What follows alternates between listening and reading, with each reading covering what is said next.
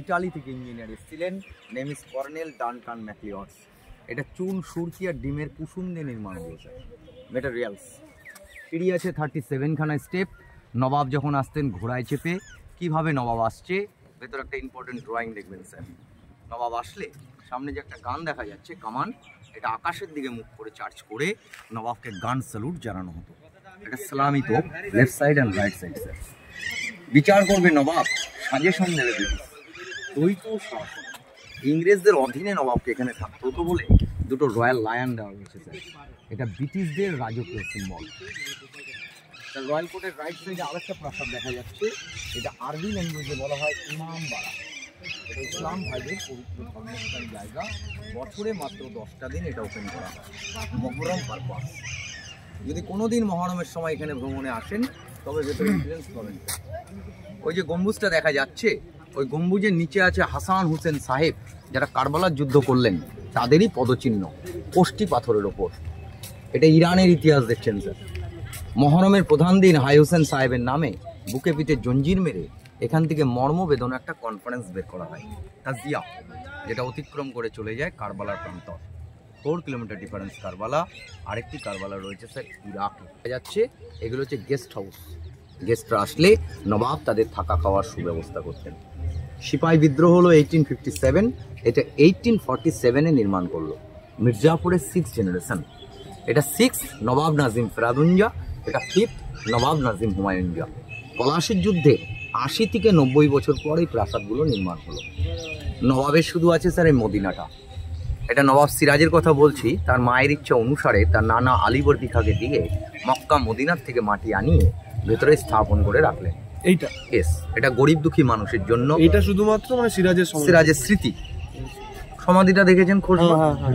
নবাবের এখানে দেখলেন মদিনা, আর সোল্ড রয়েছে মিউজিয়াম ভেতরে, তবে অস্ত্রাগার আজকে ক্লোজ আছে। আর নবাবের একটা ড্রয়িং আছে মুর্শিদাবাদে হাজারদুয়ারি প্যালেসের ভেতরে। ড্রয়িংটা আছে দেখবেন।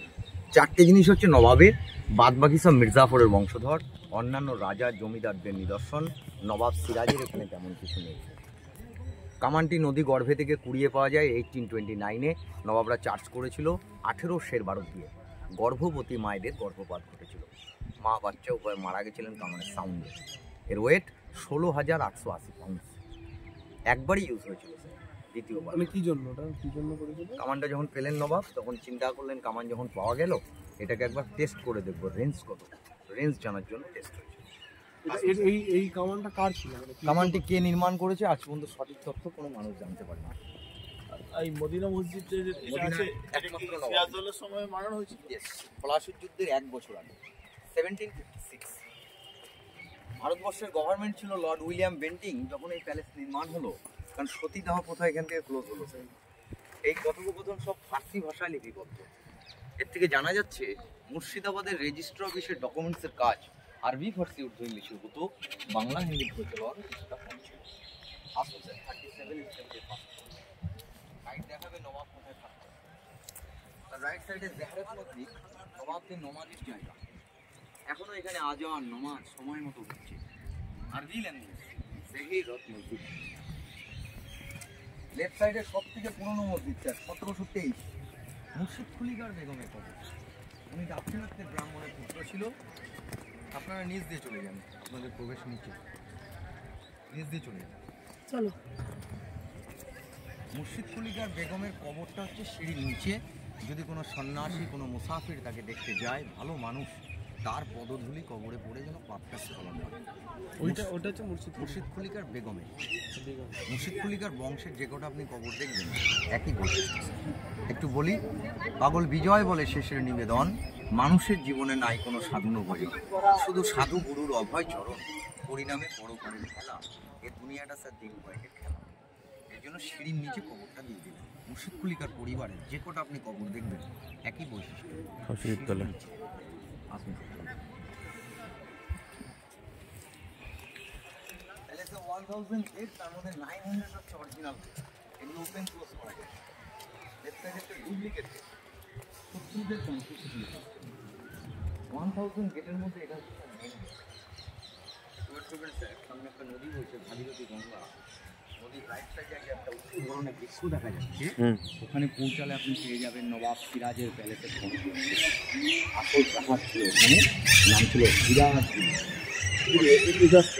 ওই যে উঁচু ধরনের বৃক্ষ, নদীর তটের ওপারে নবাব পলাশির যুদ্ধ ছেড়ে রাতের অন্ধকারে এসেছিলেন প্যালেসে।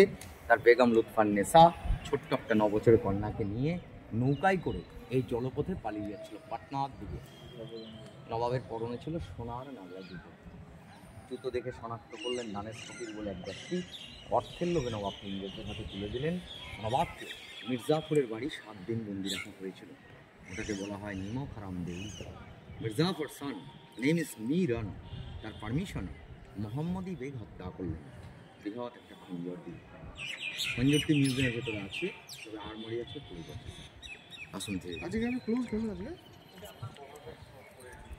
মানে এটা কি আজকের জন্য মানে কালকে খোলা ছিল এরকম ব্যাপার? ভেতরে যে যত ঝাড়বাতি দেখছেন স্যার, এগুলো ওল্ড ডায়মন্ড স্যার। ইংল্যান্ডের মহারানী ভিক্টোরিয়া 1872-তে নবাব নাজিম ফরাদুল মিরা ইমামবাড়ার মালিক তাকে জন্মদিনে উপহার দিয়েছিলেন। নবাবী আমলে 101টা মোমবাতি দিয়ে ঝাড়বাতিকে জ্বালানো হয়েছে।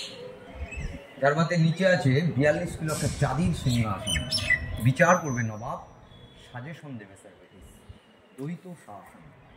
রাইট সাইডে একটা সিম্বল দেখা যাচ্ছে, যার মাজায় শিকল দিয়ে বাঁধা রয়েছে, ওটা পরাধীনতার সিম্বল। লায়নটা ব্রিটিশদের রাজকীয় সিম্বল।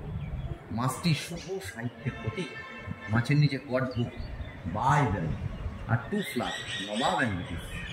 নবাবের সাথে ব্রিটিশদের অ্যাডজাস্ট। স্যার রুমের উচ্চতা হচ্ছে 80 ফুট। রুমের বিশেষত্ব হচ্ছে নোট সেটিং হলে ঘর অন্ধকার হবে না। ওপরে একটা সুন্দর বেলজিয়াম গ্লাস, রাত্রে চাঁদের আলোকে আকর্ষণ করবে, দিনের বেলা সূর্যের আলো। সবসময় ভেতরে লাইটিং আছে। স্যার 2 গেট স্টেট দরবার আর সামনে ধর্মস্থান, 180 ডিগ্রি অ্যাঙ্গেল স্ট্রেট। নবাব সিংহাসনে বসার আগে ধর্মের দিকে তাকিয়ে তাকে ভক্তি, শ্রদ্ধা এবং আসসালামু আলাইকুম জানিয়ে তবে বিচার এখান থেকে বসেই বিচার করতে হবে। কীভাবে বিচার করছে ভেতরে একটা ইম্পর্টেন্ট ড্রয়িং দেবে। লেফট সাইডে Lord Clive, Warren Hasting, Lord Curzon, Lord Dalhousie এবং মিস্টার ফক্স, মিস্টার মিন্টো আর লর্ড চার্লি চ্যাপলিনের ড্রয়িংটা দেখুন। লেফট সাইডে আছে ব্রিটিশ গ্যালারি, রাইট সাইডে আছে নবাব। নবাবদের কাছে আজকে যাবেন, আপনাদের দেখে স্মাইল দেবে নবাব স্যার, আপনাকে ফলো করবে। সিডনি ডায়মন্ড সিস্টার, জন হাডসনের দেখেছেন এটা দিয়ে এক্সিট। আসুন আপনাকে আমি প্রবেশ করে দিচ্ছি। তখন এটা চাপ করে সকলকে তাদের সময় আগে মাউন্ট ব্যাটেন টোটাল গোল্ড পার্কগুলো ইংল্যান্ডে নিয়ে চলে যায়। গভর্নমেন্ট চালু করেছে আজকে মাত্র 10 দিন হলো। কুড়িটা এই জন্য দেখা যাচ্ছে স্যার। আসুন ছুটির দিনে মার্কেট বসতো, বিজনেস চলতো, বেচা কিনা হতো কৃত দাসদাসী সোনা চাঁদি হিরে মুক্ত। কীভাবে কৃত দাসদাসী বেচা কিনা হচ্ছে ভেতরে একটা ইম্পর্টেন্ট ড্রয়িং দেখবেন। বিখ্যাত বাঙালি আর্টিস্ট বিদ্যাশঙ্কর রায়ের আর্ট। নবাব ফ্যামিলি জীবিত আছে, মির্জাফরের ফ্যামিলি, সিরাজের কোনো ফ্যামিলি জীবিত নেই। আসুন এন্ট্রেন্স করবেন, মোবাইলের সুইচ বন্ধ করে দিন। এন্ট্রেন্স করে প্রথমে পাচ্ছেন ফিটেন কার, ফিটেনে আসতেন নবাব, ক্যামিল কার আসতেন বেগম। দেওয়ানি লাভের ড্রয়িংটা ফার্স্ট দেখছেন, লর্ড ক্লাইভ দেওয়ানি লাভ করছেন দ্বিতীয় শাহ আলমের কাছ থেকে। দেখে ফার্স্ট ফ্লোর ব্রিটিশ গ্যালারি, দরবার, আর ব্যাক সাইড একটা রুম আছে, ওটা হচ্ছে পালকি রুম। ইম্পর্টেন্ট পালকি, ঔরঙ্গজেবের কন্যার একটা পালকি এখানে পাচ্ছেন, হাতির দাঁতের। ইম্পর্টেন্ট নভেল পুরো একদম পালকিটাই ইম্পর্টেন্ট নভেল হচ্ছে রাজসিংহ, ঋষি বঙ্কিমচন্দ্র চট্টোপাধ্যায় তার সম্বন্ধে আলোচনা করেছেন।